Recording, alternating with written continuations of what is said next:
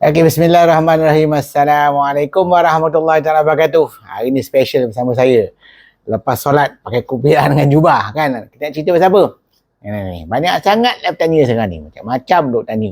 Sebab adalah seorang tu duk cakap, oh makanan goreng tak elok, pisang goreng tak elok. Makan goreng ni banyak perubahan struktur yang bahaya. Saya pun pelik lah kalau dia bercakap macam. Tapi kadang macam nampak macam pandai kan, tapi ada benda yang sebenarnya dia silap. Menggoreng sebenarnya tidaklah menjadi satu masalah yang besar kepada kesihatan kita kalau kita faham konsep yang sebenarnya apa yang terjadi semasa makanan digoreng. Okey, inilah yang berlaku bila kita goreng satu makanan, letak minyak dalam tu dan kita goreng makanan tu, berlaku banyak proses, antaranya oxidation kan, hydrolysis, pemecahan minyak tu. Kalau minyak tu asalnya keras, dia akan jadi cair dan sebagainya. Ini dipanggil sebagai polymerization, pada dia panggil isomerization, supaya makanan-makanan kita masak dia jadi lembut dan sebagainya. Itu antara sebab-sebab kita menggoreng lah. Kan? Inilah yang berlaku semasa menggoreng. Yang pertama saya cakap tadi, kalau yang tak boleh tawasan, yang pertama sekali berlaku oxidation. Sebenarnya proses yang tidak berapa bagus kan. Sebenarnya kita tidak boleh makan makanan yang oxidize. Tetapi kalau kita menggoreng menggunakan minyak yang ada antioksidan yang tinggi, maka itu adalah solution dia. So kalau kita menggunakan minyak yang betul, oxidation bukan satu masalah. Yang kedua, hydrolysis. Hydrolysis ialah proses pengeringan. Mana air dalam makanan tu kan akan dikeringkan dan akan terpeluap kan menjadi uap. Lepas tu kalau kita goreng ada nampak macam uap air keluar dan digantikan dengan minyak goreng tu dan masuk ke tempat yang air tadi, menjadikan makanan yang digoreng tu ada minyak tu. Kalau kita goreng guna minyak kelapa sawit, so makanan tu akan ada minyak kelapa sawit, dan bila kita makan, kita dapat makan minyak tu melalui makan makanan goreng. Itu namanya proses hydrolysis. Seterusnya proses dipanggil isomerization ya. Inilah pemecahan struktur-struktur yang besar menjadi kecil.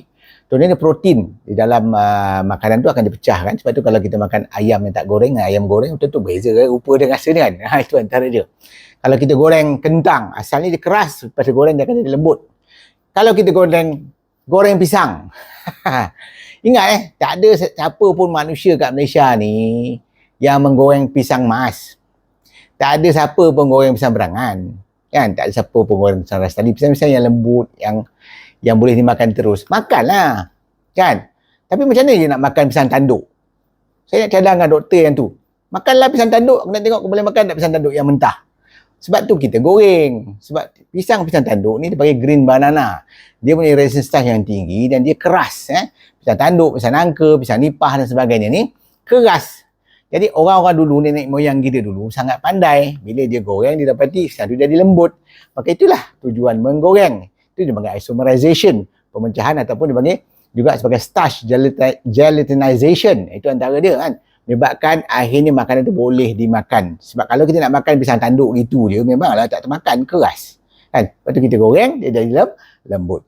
Proses seterusnya dipanggil sebagai polymerization. Itu pemecahan molekul-molekul yang keras menjadi lembut, macam contohnya minyak sapi kan, ataupun butter. Bila dipanaskan dia akan jadi cair dan kita boleh menggoreng menggunakan dia.